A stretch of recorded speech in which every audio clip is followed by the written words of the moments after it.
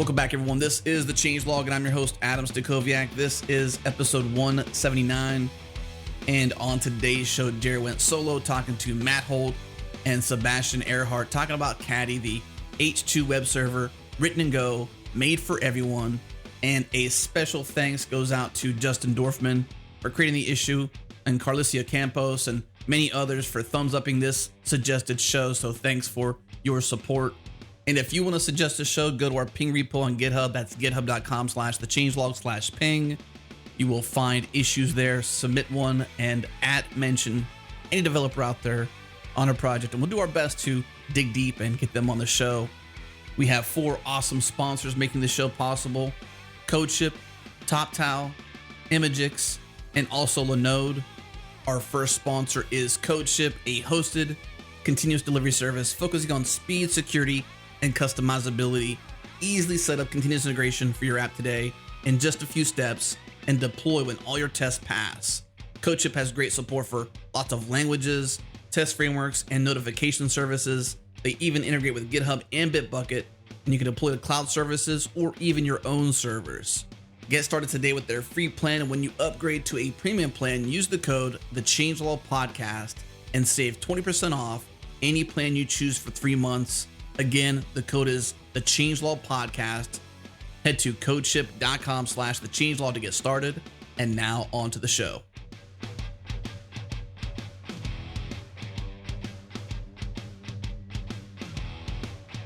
All right, everybody, we are back and we are excited today. This show actually came to us by popular demand. 2 of our members, Justin Dorfman and Carlicia Campos, were advocating for a show on the Caddy web server. They opened up a issue in Ping and didn't stop there. I think they were tweeting about it. Many +1s came in, and we finally relented and said, man, I guess we have to have a show about Caddy. So we're excited. We're here joined by Matt Holt and Sebastian Erhart. Guys, welcome to the Changelog. Thank you. Glad to be here. So, Matt, were you surprised that you had such a group of people excited to hear all about your fledgling web server? Yeah, it seems to excite a lot of people, and I mean, I'm glad. I am surprised because it's a web server. It doesn't seem that exciting on the surface.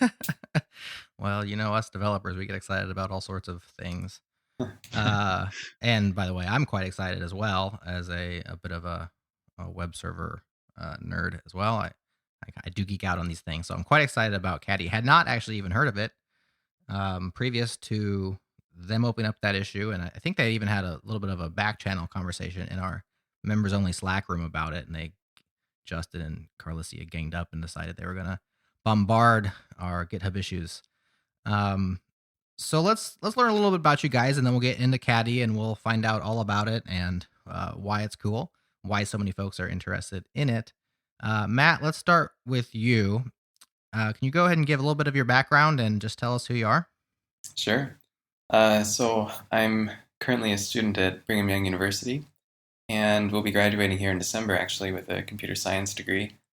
I love getting outside. Hiking in the mountains is great. Bicycling down mountain roads is really fun. And programming when I'm not doing homework. So I look forward to the day when I don't have to do homework after a day of programming.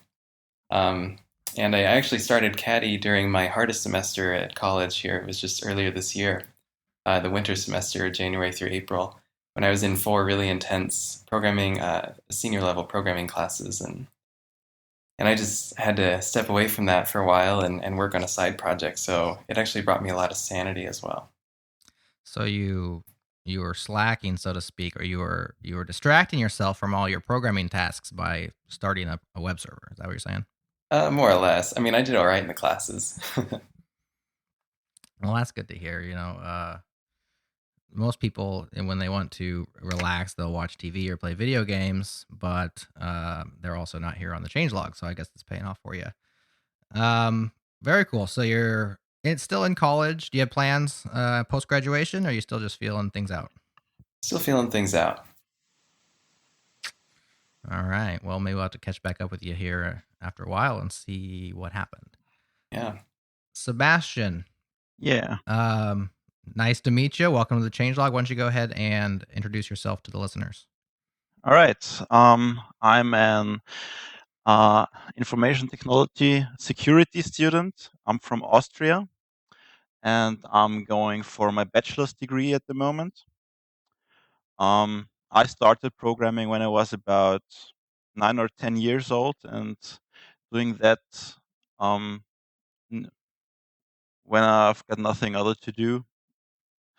And I got into Caddy because I was looking for a cool open source project to join, and I started off with a pretty small pull request for adding something to a middleware, and then Matt asked if someone wants to do the Let's Encrypt thing for Caddy, and I volunteered, and well, here I am. Just like that. Yeah, just like that. So you were just looking for some open source to contribute to. Yeah, right. What sparked that interest, that desire to get into open source? Oh, well, I worked as a programmer for about 3 years, and there is nothing really I could show off to somebody who asked me, what have you done with your life? So Mm, I figured I'd join an open source project to have something to show off. yeah. Good reason to do open source right out there in the open. People can see your technical chops. Matt, same question. So, at BYU doing computer science things, when were you first exposed to open source software, and what got you interested and involved? I think I started doing open source in about 2011. So about my sophomore year of college, and I don't know. I think I just started writing code and putting it up on GitHub, and then I realized that coding could be a very social thing to do. And I really liked that because I kind of grew up on a farm in Iowa, kind of away from people. And it was neat to be able to work with people remotely doing this kind of work. And so I really enjoyed the collaboration aspect once I started putting some code out there and contributing to a few projects in little ways. Mm-hmm. It was just very satisfying. Caddy notably is a Go project. I'm curious your interest in Go and how that got started.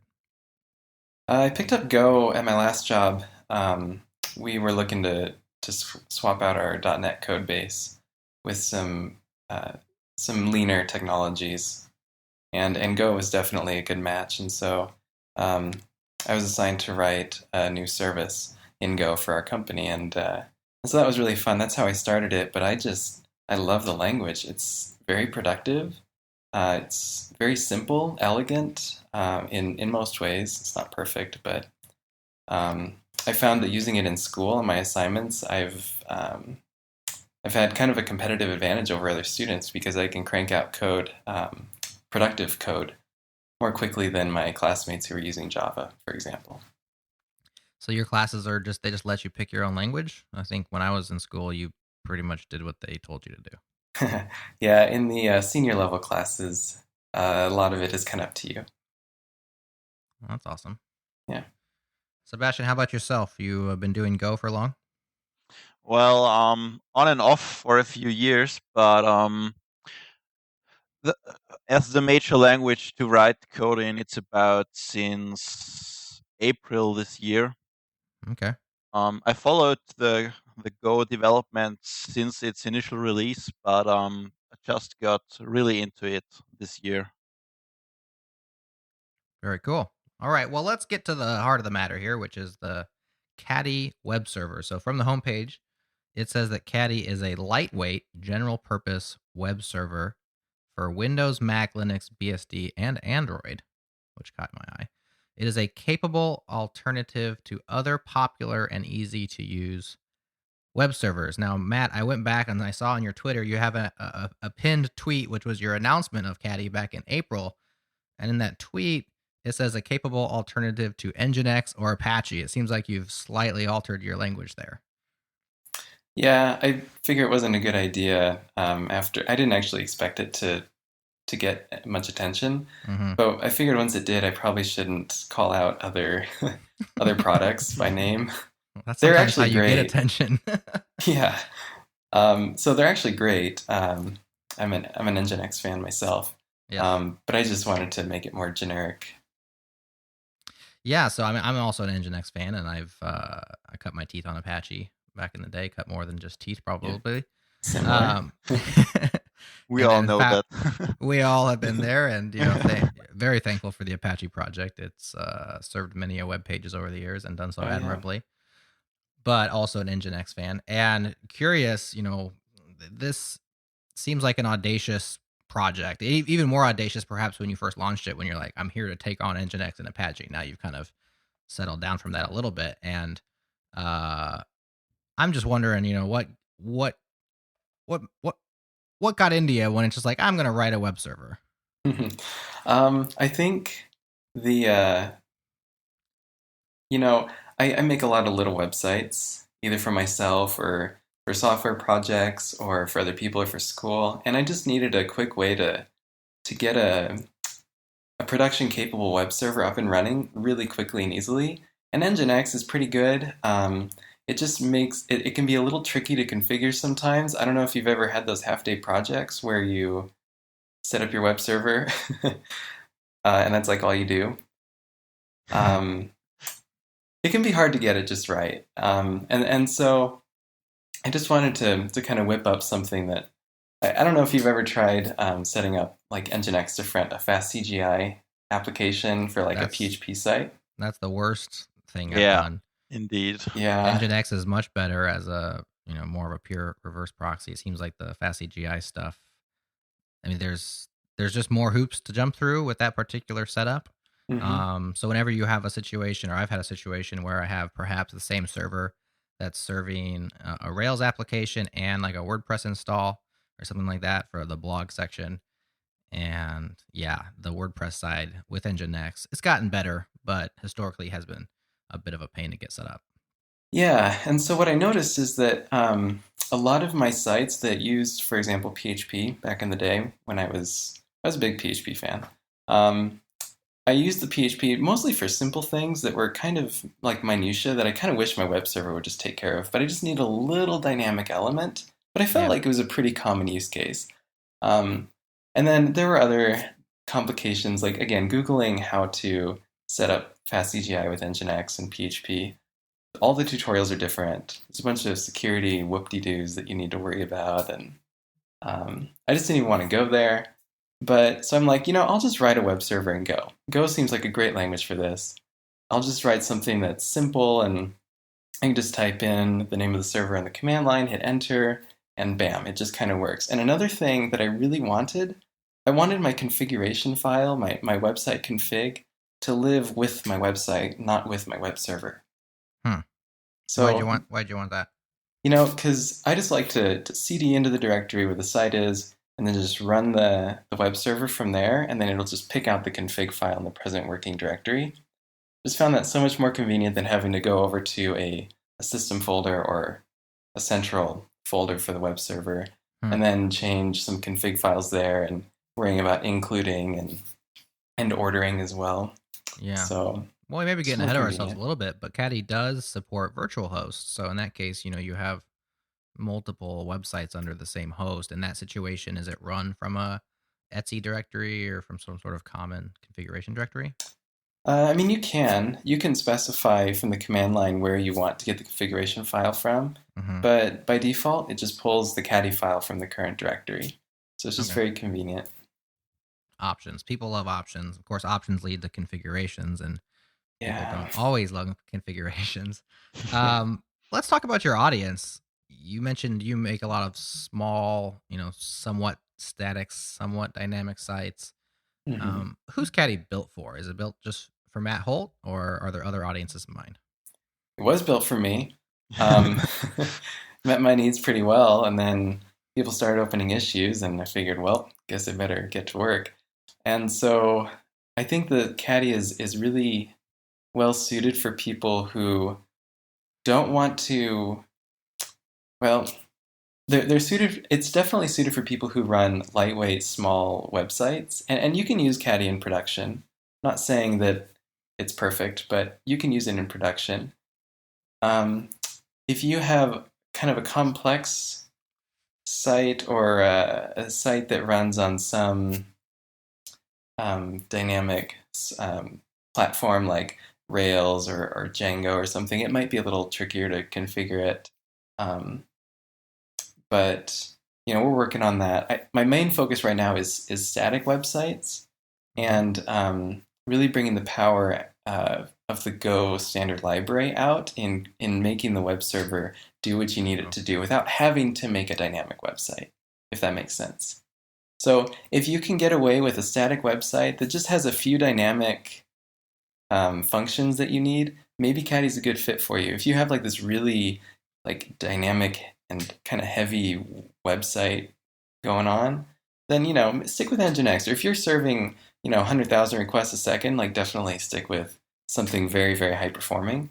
But Caddy's pretty good. It's pretty competitive for most things, I think.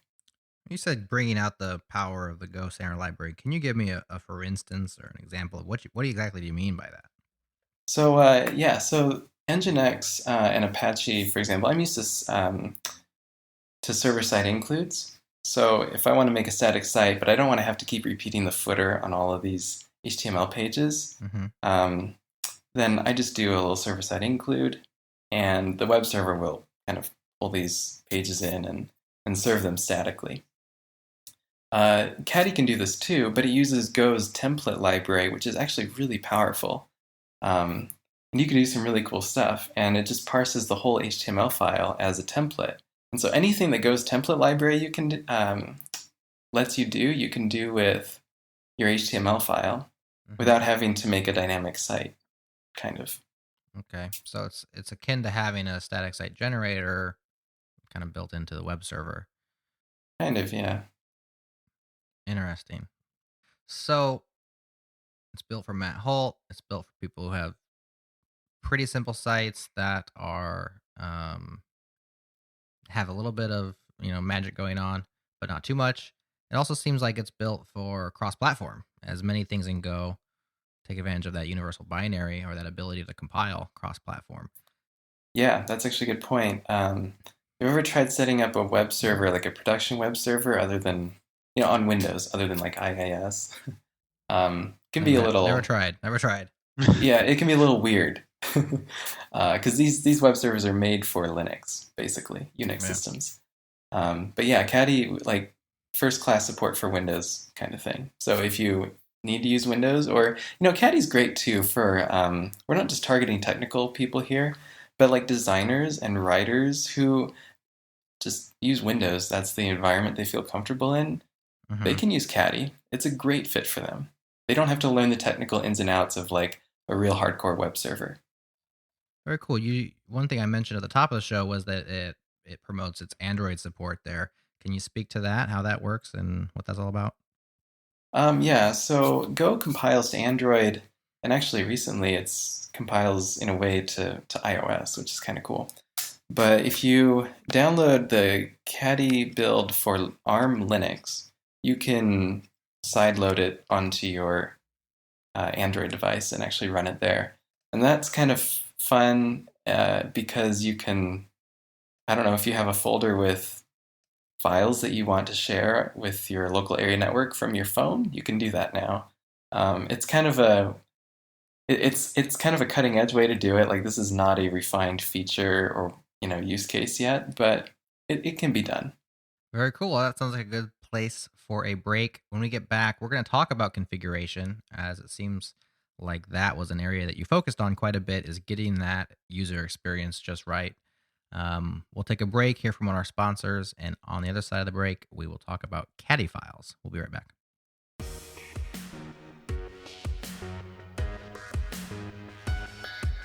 Say hello to TopTal designers. Our friends at TopTal have done something really, really awesome. They've expanded into a new market. They're talking designers. TopTal has been known as a thriving network of some of the best software developers and engineers out there. Many of the developers in their network know extremely talented designers, and they've always had this sort of informal relationship with designer involvement in TopTown. They've done it a little bit, but it hasn't been an exact, product, so to speak, or internal model. And so they've expanded, they've evolved. Today, they are extremely excited to announce the official launch of TopTown Designers. What this means now is the same experience that you've had on both sides of the fence, whether you're someone that's looking for really awesome designers or you're a really awesome designer looking for really awesome opportunities. This is the place for you, not only if you're engineers, but also if you're designers out there as well. So designers, listen up. It is time to go check out toptal.com/designers. That's TOPTAL.com/designers. And tell them the Changelog sent you. All right, we are back speaking with Matt Holt and Sebastian Erhart about the Caddy web server and HTTP2 web server. But before we get into the feature set, let's talk about configuration. That's where most people who are dealing with web servers live, sometimes die. You have a Caddy file. So when I first saw this, I thought, oh no, another file. It seems like this file naming convention meme continues to propagate. I'm not going to hold it against you too much, but we got gem files and proc files and now Caddy files, and there's all these files. We don't have to hang out here all day, but maybe just speak on where that inspiration came from. You liked that format? Yeah, I mean, as far as the name Caddy file, it just seemed to kind of flow off the tongue. But the idea for an actual configuration file is, in a way, it's actually kind of a stopgap. But a configuration file is, and I'll get to that in a second, but an actual configuration file is kind of the standard, it's the normal way to configure a web server. Mm-hmm. You make a file, you put some directives in there that tell the web server what to do, and then when you run the web server, it just loads the file and configures itself in memory and off, on its way. And that was just really easy, and I just wanted a configuration that I could persist with my website. So I have my website folder, and then I have a Caddy file in that folder, and I can just run Caddy from there, and it'll read the contents of the file consistently every time on any platform, and pretty much every environment, and it'll work the same way. And this config file, though, is not actually the end goal here. I don't intend for Caddy to only be configurable via a file. Do tell us more. So in the future, and there's some, there's a roadmap here, but in the future, I do intend to write an API so that you can actually dynamically set up Caddy while it's running and change its configuration while it's running without having to rely on just a file in the file system. Oh, that'll be awesome. So you going to give us a launch date, Christmas 2015, right? I wish. No, I don't know the date yet. I've actually started kind of stubbing out an API on a branch, and you can try it. It's a little racy and it's a little clunky, so I think I need to redesign some things, but it will happen. I definitely want it to. I envision a nice web front end for people to just open in their browser and be able to configure their server from there with this nice GUI and having maybe stats and monitoring built in one day if they want. Yeah, well, I wasn't expecting an actual date. This is just an old hobby of mine, which is I asked developers to commit to a ship date, and I watched them recoil. Oh, that's nice of you. Oh, yeah, gotta stay entertained somehow. Very cool. So let's talk about the Caddy file itself. Syntax, inspiration. Do you come up with your own thing? Is it inspired by something? It looks like it's pretty simple. You have some directives, but they're just like bare like keywords. Like you type in, I like this one, browse, for instance, and then you give a path, and that's like setting up directory indexes for a specific, I'm assuming, subfolder of your system there. Where was the inspiration for your syntax of the Caddy file? The inspiration was me wanting not to type very much and not having to be very clumsy with my typing. So not much punctuation, and didn't want it to think about syntax really. I just kind of wanted it to flow. So when I go to set up a web server, what's the first thing I am thinking of? Well, probably the website address, the URL, the domain name. So type that in. That's always the top of the Caddy file. Hit enter a couple times, and then, okay, I want to serve clean URLs for HTML files, so ext and then .html. So it'll automatically serve HTML files without needing a .html in the URL.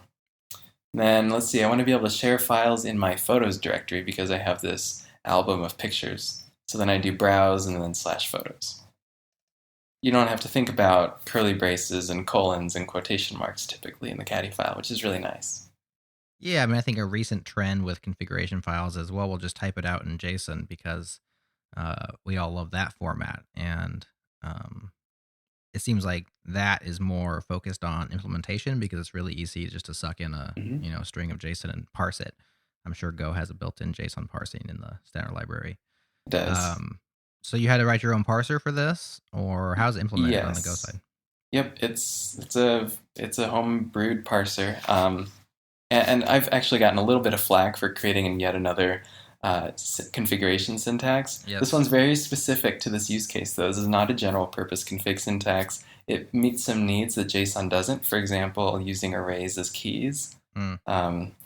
Ultimately, maybe you have a set of server blocks in a Caddy file where each server block configures one or more hosts. So instead of having to set up a host as a key and then have it point to some configuration, because following pointers is kind of confusing, and then you have to teach people about that, and I just didn't want to go there.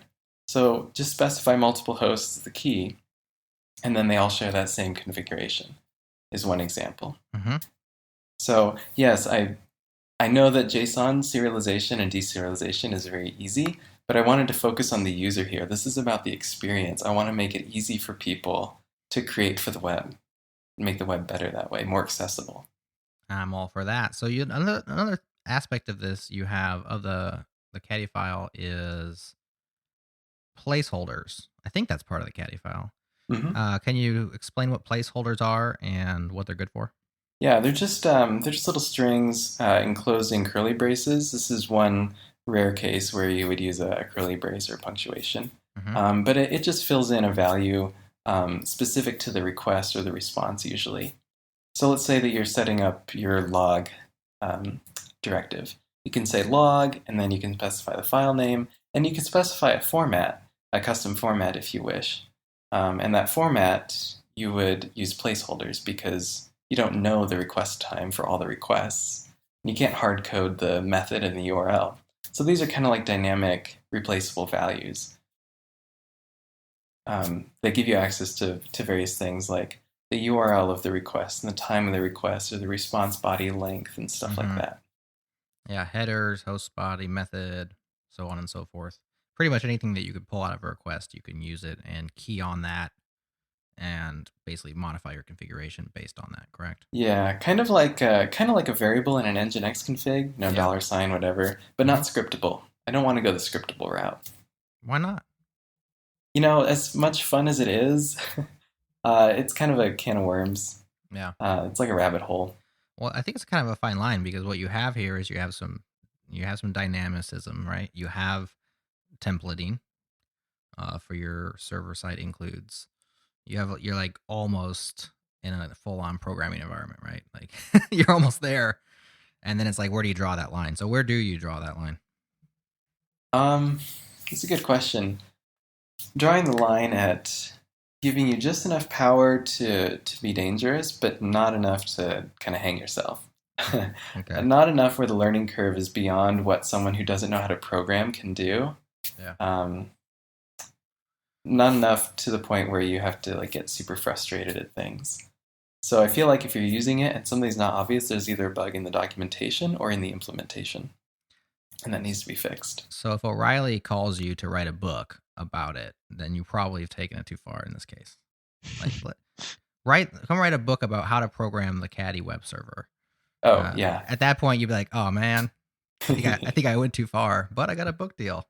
Exactly. Blog posts are okay, but yeah, you shouldn't have to script Caddy. I think that's a little far. Taking it a little far. I guess some of the features play into the Caddy file, of course, because you're going to be enabling or disabling features. Your headline feature, of course, is H2 support out of the box. Maybe Sebastian, why don't you explain H2 support in Caddy and how it works and all that stuff for us? Well, we use a library. So we didn't actually implement it ourselves, but we use a Go library for it. But it was That's the beauty of open source, right? yeah, it's open source. It's on GitHub, I think. It's supposed to be the better version of HTTP, but not everyone agrees on that. Me neither. Oh, really? Yeah. Well, now we're getting interesting. Tell us more. Why do you I didn't know that. Uh-oh, Matt. Dissension. You have dissension. Oh, do we really want to go down the rabbit hole? I kind of do. But it sounds like you kind of don't. So let's just Well, let me add, forward. you can turn off HTTP2 if you want with Caddy. No, I don't in principle have a problem with it being there. Just it could have turned out way better than it has. I see. So it's just the lack. It could have been better. Yeah, right. Not that it's bad. It's just No, it's not so much bad. It's potential. just some features which got in and some features which didn't. Well, it could have been better. Yeah. We'll see. H2 should be much easier to improve upon than H1 was. Yeah, of so course, yeah. with time. Yeah, and if you are interested in H2, the nitty-gritty details of the protocol, go back to changelog.com/161 with Ilya Grigorek. We did a kind of a comprehensive overview of all of its features, pipelining, multiplexing, HPAC, all the things that H2 has, and we will not talk about those today because we talked about them in detail there. And as you guys mentioned, the beauty of open source is that you're building on top of other people's work. And in this case, you guys got to use, I think it was Brad Fitz's H2 library. Yeah. And that's an awesome thing because now, so many people get the benefit of it who are using Caddy without having to know those intimate details. So nothing wrong with that. Right. And actually, the Brad Fitz H2 library just got moved into the Go standard library on tip and is enabled by default now. Now, obviously, Caddy's not using Go tip, but it will come soon enough. We'll have full HTTP2 support, whereas up to this point, it's been kind of experimental, but pretty soon it will be a full, production-ready HTTP2 library. What's Go tip? Is that like the master branch of the development, or? Yeah, basically. Okay, so you have H2. You can turn it off. It's on by default. Of course, it's only for clients, I assume, that support HTTPS or TLS. You also have some other things: IPv6, Markdown. We can talk about that a little bit. WebSockets, virtual hosts, as we mentioned before, server name indicators, and extensions. Why don't you pick your favorite of those, Matt? And we'll. I read Markdown and then I just pronounced your name Mark. And we'll talk about that. What's the most exciting thing beyond H2 that's not Let's Encrypt? I'm a huge fan of SNI, server name indication, which is a TLS extension. And this is pretty standard. This is not a mind-blowing feature, but it's so convenient and important because now with the same socket, you can serve multiple host names that are over a secure channel. So that's a really important thing. In fact, Caddy's virtual host feature, which allows you to set up multiple sites in the same Caddy file and serve them from the same port, would not work for HTTPS sites without SNI. So I think that's pretty cool. So the big win there is, and correct me if I'm wrong, is that if you're hosting a series of websites, perhaps on a DigitalOcean VPS, you do not need a new static IP address for each of those hosts. Exactly. And you can secure those channels on even the same exact port, just with a single IP address and port combination. You can have all these different HTTPS hosts. Yep. Exactly. Yeah, love that. And I think that is, like you said, that's not like a unique feature of Caddy, but definitely awesome to see it there. It also doesn't work on Windows XP, which is finally, I guess, starting to become not too much of an issue. I know that was a blocker for some people. XP. Yeah, that's pretty old now. It is. It's still out there, unfortunately. I don't mind pushing the envelope a little bit. I think people need to upgrade. I absolutely agree. I think there's, your mileage may vary. There are certain people who are still supporting IE8 and whatnot, and some people on Poor XP. people. So in those cases, yes, unfortunate souls. In those cases, they can't use SNI, but I think, especially if you're building a modern web server for the modern web, of course, got to have that. Mm-hmm. I think a couple other little technical features I want to point out too is that Caddy is a multi-core server, and so it's multi-threaded in the sense that it will spin up new Go routines or lightweight threads per request. So it's very fast and efficient that way. It has a different model than, for example, Nginx, which is multi-process.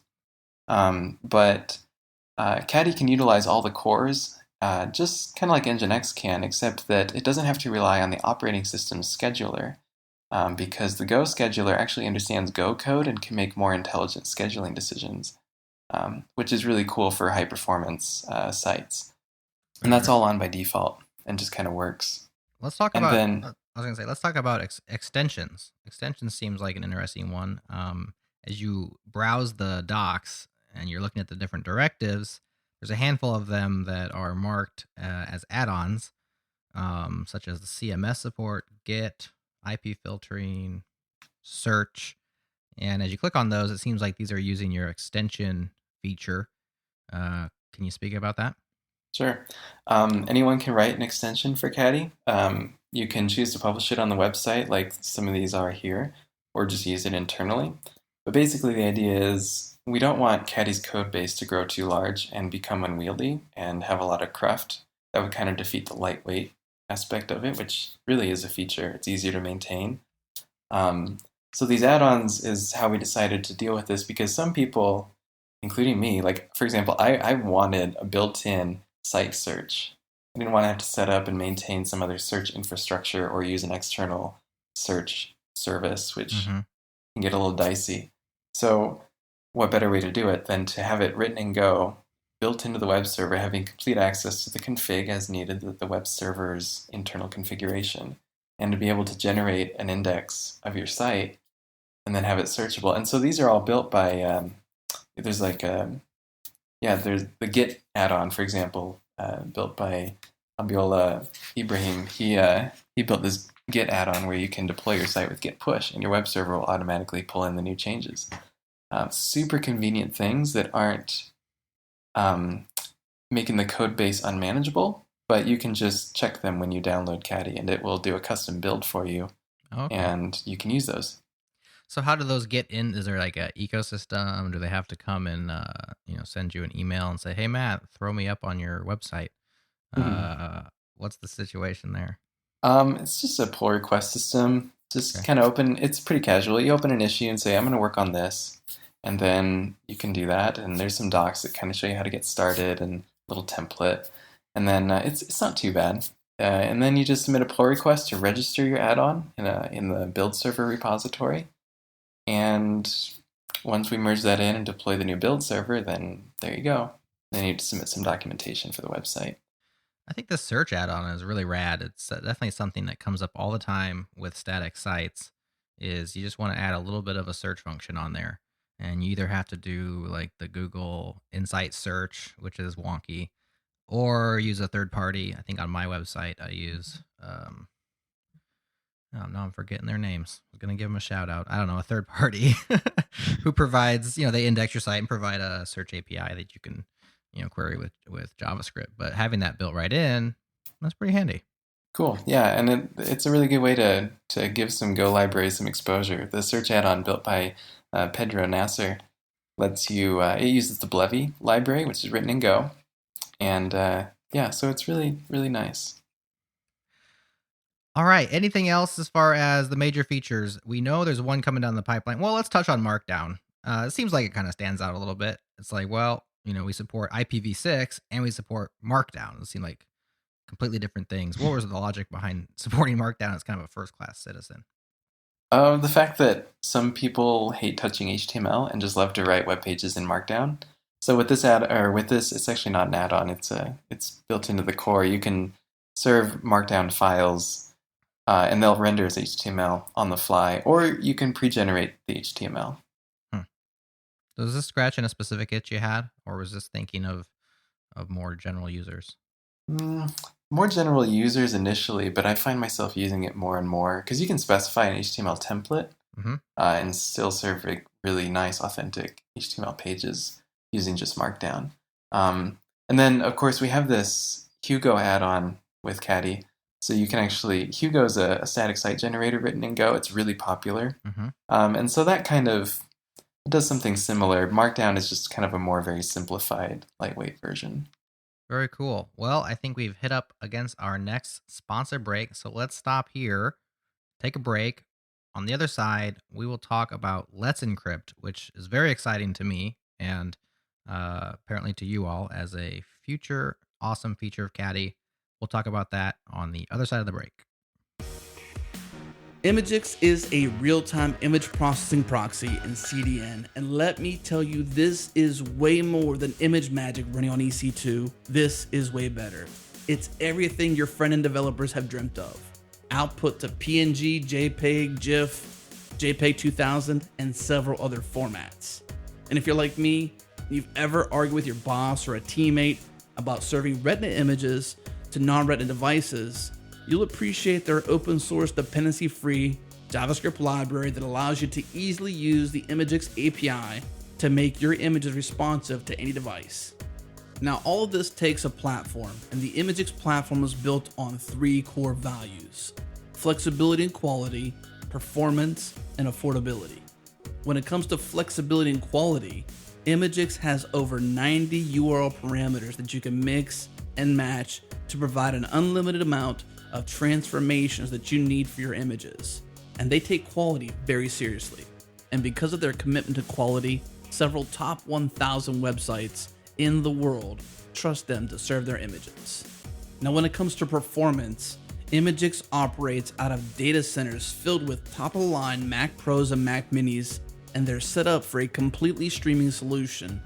This means your images never hit the disk. Images are served by the best SSD-based CDN for delivery around the world, anywhere, extremely fast. And while we're talking about speed, almost all the image processing happens on GPUs. This means transformations are super fast when compared to competing virtualized environments. And lastly, it's all about affordability. Everyone wants to save a buck. That's how the world works.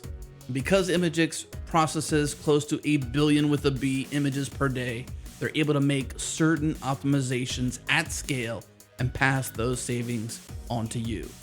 To learn more about Imagix and what they're all about, head to imgix.com/changelog. Once again, imgix.com/changelog, and tell them Adam from the Changelog sent you. All right, we are back, and yes, I found out who's providing my site search.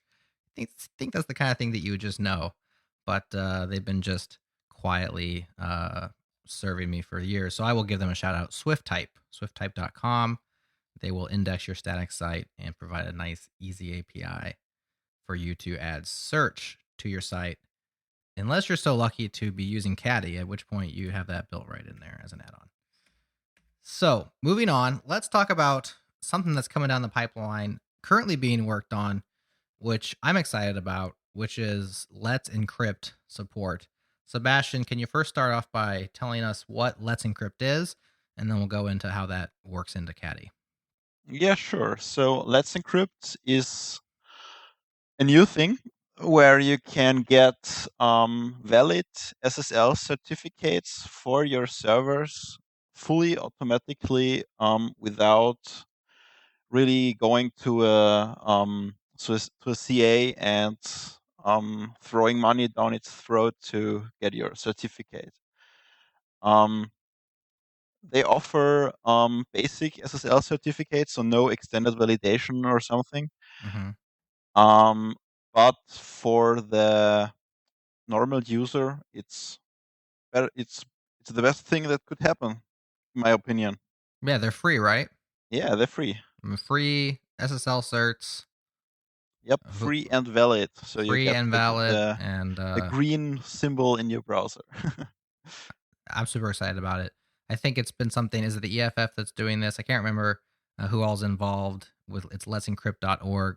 Yep. But it seems like they have had like it's coming, and we're all sitting here waiting to save some money and get all of our sites on HTTPS, even the ones that right now it's like, well, it's my personal site. Do I really want to spend X dollars a year to encrypt it? Yeah. I think Is it going to come? Is it going to come, or is it just going to keep coming?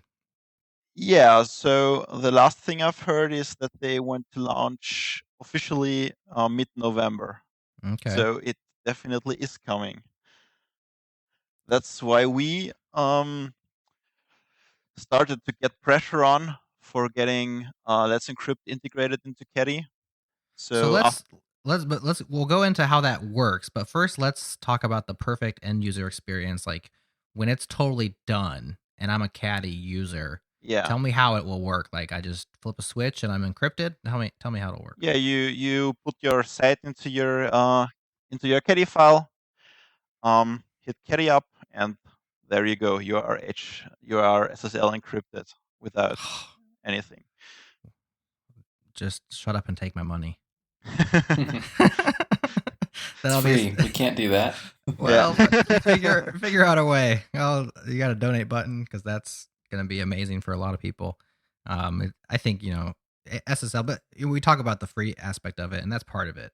But just the pain and the technical drudgery of setting up a certificate over all these years has been too much of a high bar for many people who otherwise would be happy to just flip that switch. So this is going to be awesome. Maybe talk about where you've been so far, where you're going with it, and give us some of the technical details of how this works. Yeah, sure. Well, I started a few months ago to implement it in Go because we wanted it in Caddy and we just wanted it to be native in Go. So we decided to write a new library in Go to handle it because the command line utility which comes from the Let's Encrypt guys is in Python, and we can't really interface in a good and meaningful way with Python code from Go. So we thought it's a good idea to write our own. So have they published an API that you're coding against? Yeah, they published an RFC for their so-called ACME spec. ACME spec? Yeah, ACME, Automatic Certificate Management Environment. Oh man. Yeah, That it's sounds an like an RFC. acronym. No. They are now at draft number 4. I think I started at the initial draft, and there were a few changes over the course of the month. First, I started integrating it or writing it quite fast, and that stopped a bit after the first few changes because I wanted to wait a bit until it gets more stable with the API. Yeah. Well, basically, the API for Let's Encrypt is a JSON API.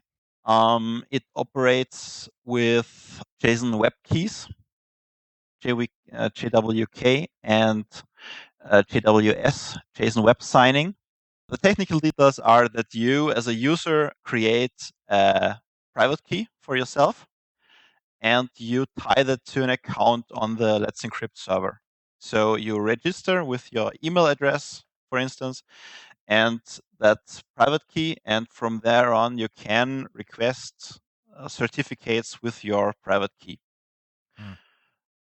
Of course, that's pretty insecure. So you have, of course, you have to somehow prove that the domain you want this certificate for is indeed yours. And that's handled by a few challenges where you have to fulfill certain tasks given by the server in order to authenticate the domain that it's really yours. Is that clear what I'm talking about? Yes. So these are things like upload a file or set a header or putting Yeah, something, a meta tag in your. the easiest challenge is the so-called simple HTTP challenge. So you tell the server, hey, I want a certificate for the domain example.com. Yeah. And the server sends you back a token, which it expects you to serve at a certain URL path on that domain. And it will resolve the IP address of your server and look if it's really there. If it's really there, then you passed this challenge. And that's it. Yeah. Then you're done. You gotta pick one challenge. Oh well, it depends. Okay. As with many things in IT, it depends. Yes. Usually, if you can fulfill the challenge without any problems, then yes, this was it. You just have to ask for the certificates, and you get the certificates to download. But if for some reason this challenge does not work out for you, there are other challenges to do, and they always come in pairs. So the server decides what it wants to see from you. You're not the one deciding what you want to show the server. So how does the Go library and then Caddy thereafter know who I am and who my Let's Encrypt account is? Do I have to like set that in the config or something like that? Well, we generate a config for the user. So we have to get somehow the email address, for example, from the user. We haven't exactly worked out how we want to tie this into the user experience. But yes, we save a configuration file along with certain other things we need to interface with Let's Encrypt in a folder that's .caddy, I think, or Matt. Yeah, there'll be a .caddy folder in the Yeah. on the file system. In this folder, there will be other subfolders per certificate and per user, and also per host. So you can peek in there and copy stuff around, but actually it's all managed for you. That's the goal. Yeah, I was working on that this morning. That's going to be fun. Yeah. Yeah, are you guys is it moving along? Are you stuck? Tell us how it's going. Well, I think it's going along well. Yeah. I'm not stuck. Sebastian understands the ins and outs of the spec, the protocol spec pretty well, and I'm just using his library now in Caddy on a private branch still. It's pretty early days, but I have been able to successfully generate a new certificate at startup from a local Boulder CA. Boulder is the name of the Let's Encrypt certificate authority server. So in a purely test environment on my local machine, I have been able to get a certificate and a private key and then serve a site using that. So definitely making progress. The rest of this is going to have to focus now on the user experience, making sure that it's as unobtrusive as possible, and managing the certificates and keys and taking care of renewals when the time is right. Yeah, have you guys even thought about renewals? Yeah, I mean, obviously you've thought about it because you just mentioned it, but I hadn't. How's that going to work? Every certificate which is issued by Let's Encrypt CA gets its unique URL on the server. So you can issue a simple GET request, which is signed by either your private key or the private key which was used to create the site certificate. And you either get a renewed certificate back from the server, or you have to create an entirely new certificate. So that's the renewal story. And as far as the Caddy integration of that, I have some ideas still kicking around the details about renewals. It will be automatic. It will be transparent to the user. It will involve probably a graceful restart of the server when renewal happens to plug in the new certificate. But again, we expect it to be fully managed on by default. So I think all the pain, thanks to Let's Encrypt and Sebastian's work, I think all the pain of dealing with SSL certificates will finally be gone. Yeah, I think that's the kind of feature that will set Caddy apart. And hopefully other web servers and other software packages will start to integrate, because it's a huge thing. And I misspoke. I said, is it an EFF thing?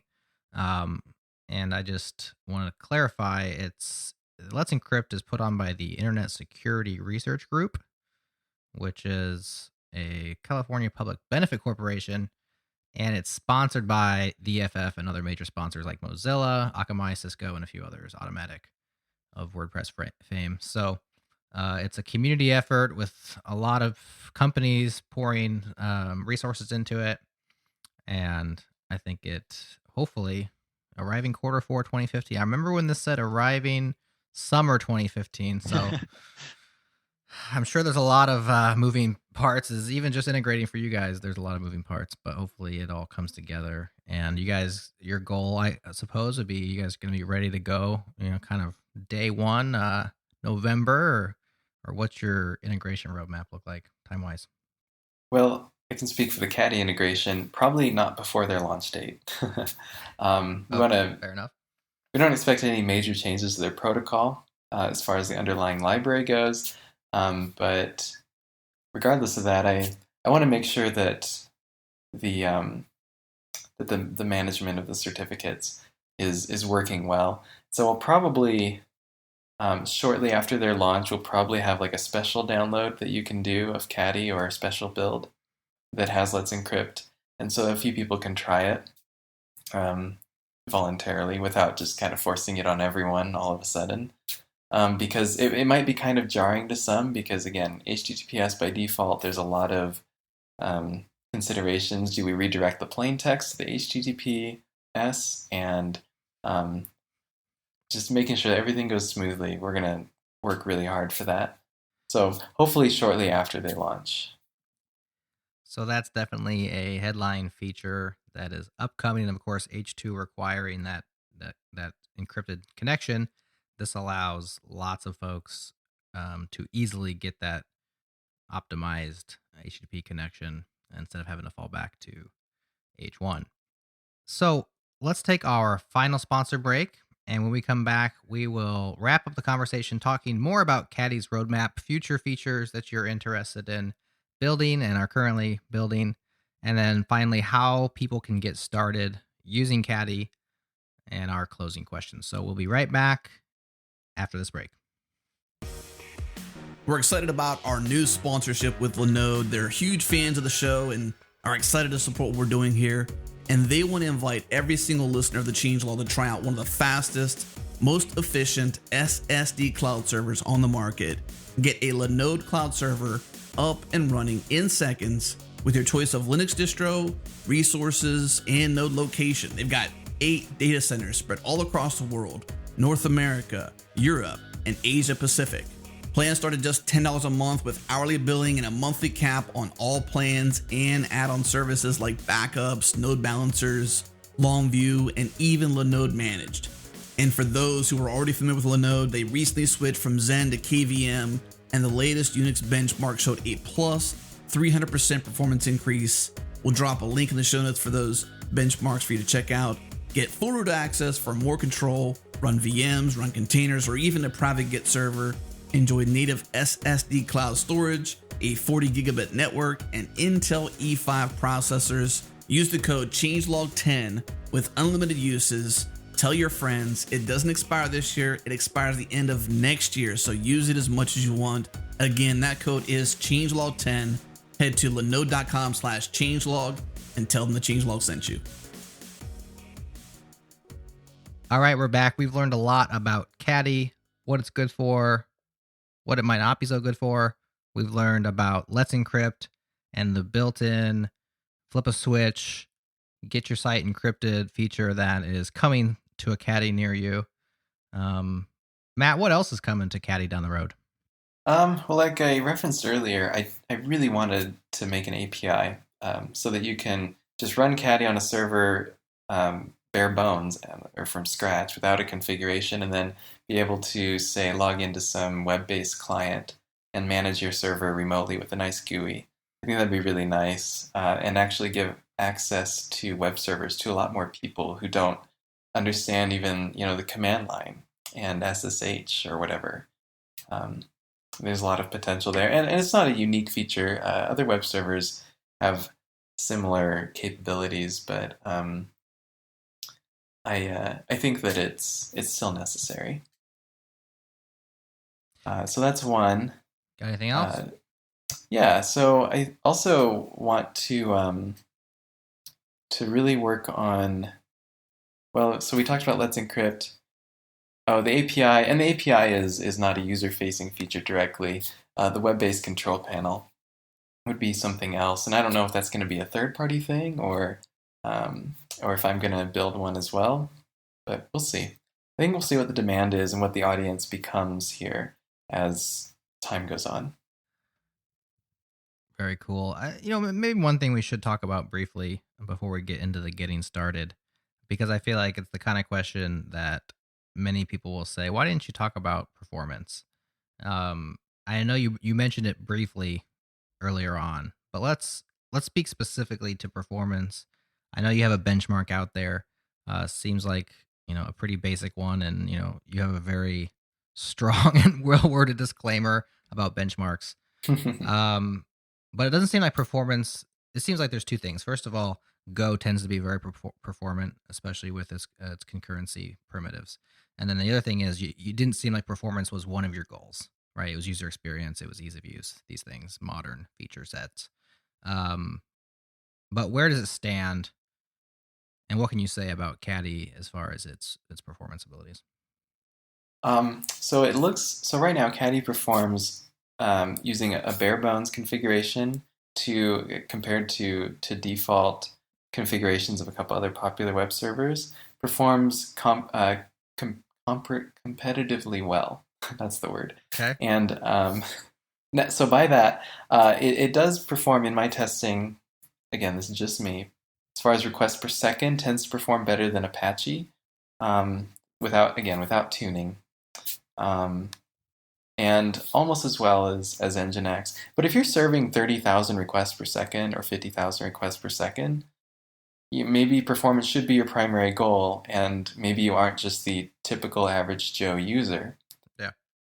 So that is to be considered. Mm-hmm. I don't want to put performance under the rug and totally forget about it, because if I wanted to do that, then this would be a much easier project, right? Because you just throw any mountain of code into this project and make it do all the things that you want it to do. Right. Not going to go there. Definitely performance is going to be a concern, not in a bad way, but it'll be on our minds. It's going to take a front seat, I think, but not over the user experience. It'd be a fine balance, and we'll have to figure it out as we go.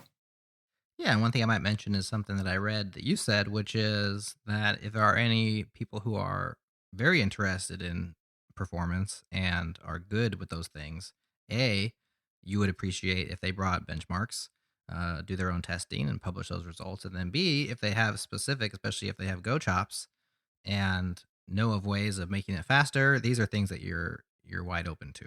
Is that fair to say? Yes, that's exactly right. Cool. I thought that was fair because I did read it. I didn't make it good. up. Glad you read it. A lot of people always ask for performance. They want to know requests per second. They want to see the numbers. They want to see memory allocations. And go do your own testing for your own use case. In mine, I found it to be very quite sufficient. And there are several sites using Caddy in production, even under load, and it's fine. Go is a pretty competent language for that. And they're sitting on port 80 or port 443 in production mode, right? It's exposed to the wide open internet and it's running in production. Is that? Yeah. Mm-hmm. Very cool. Well, let's close up with getting started. So say I'm sold and I'm interested in using Caddy for my next website to serve it in production. maybe with some HTTP2 going on. How do I do that? I'd say download it for your platform, deploy it to your machine, and run it. You'll need a Caddy file. So when you download Caddy, you just create a Caddy file. Typically, it goes again in the folder where your site is. Very easy to set up. You can read the docs on the webpage about how to do that. But once you got a Caddy file there, just run Caddy and it'll just start serving your site. So is there any sort of daemonization or backgrounding? I mean, I'm not going there. You'll have to do that on your own. Okay. I admit it's true. You'll have to do that on your own. And also, don't run Caddy as root. I mean, you can, but probably not a good idea, just in case. So you can use the setcap utility in Linux to give Caddy permission to bind to ports lower than 1024 without having to be root. So I do that in production. Works pretty well. Okay. So it sounds like some opportunities to contribute, at least, maybe not into Caddy core, but even a tool around Caddy, some sort of wrapper that would allow it to run as a system service or in the background and manage the daemonization of it. Or, I mean, there's tools out there that do those kind of things in general with binaries. So maybe even just a tutorial on that would be good for folks. Yeah, I agree. There are a couple blog posts about it. And actually, that's a really great opportunity. If you're a writer, a technical writer, writing about ways to use Caddy effectively in production is a really good post that you could do. Probably draw some traffic to your site. I know people are searching for it. I see it in the analytics logs. So. Oh, there you go. Analytic log driven development. That's an idea. The new test-driven development. Yes. Search your logs and shows people want it. Yeah, that's true. All right. Well, very cool. I'm excited. I think this is a very cool young project. What's the status? Are you at a 1.0 yet? Are you getting close? No, we're working toward it. We want, I honestly want Let's Encrypt. I want the API to be part of it. So it's kind of an ambitious goal, but we'll get there. And Caddy is a great, can I just put a shout out to all the contributors? Please do, yeah. Caddy is a great project as far as the community goes. It is a young project. It just launched in April this year, so it's only a few months old, but we have contributors from all over the world. Sebastian joining us today is in Austria. We have contributors representing every continent, all sorts of skill sets and backgrounds. And the contributions, it would not be what it is today without them. There's no way I could do it. So huge thank you, and feel free to get involved. There are definitely many opportunities for new Go developers, but also experienced ones to contribute in very meaningful ways without having to commit to doing too much, if that's a concern. Very good. I can echo those sentiments. Just seeing the community around you that even promoted you onto the changelog. We have a lot of people on our ping repo coming out and telling us you should have this show or that show. We appreciate all those requests, and we try to fulfill all the requests that make sense for the show and timing and whatnot. But rarely do we have such support that you got so quickly with all the +1s to get you on. And I think that's a testament a little bit to the Go community and to the people who are genuinely excited and involved with Caddy. So that's, if nothing else, a very fun thing to be involved in. Yeah, I agree. All right, well, let's do our closing questions. And Sebastian, I'm going to start with you on this one. Right. Who is your programming hero and why? Well, I guess I don't really have one single person, but Okay. I really enjoy reading code from many different open source repositories, and I just really like open source code.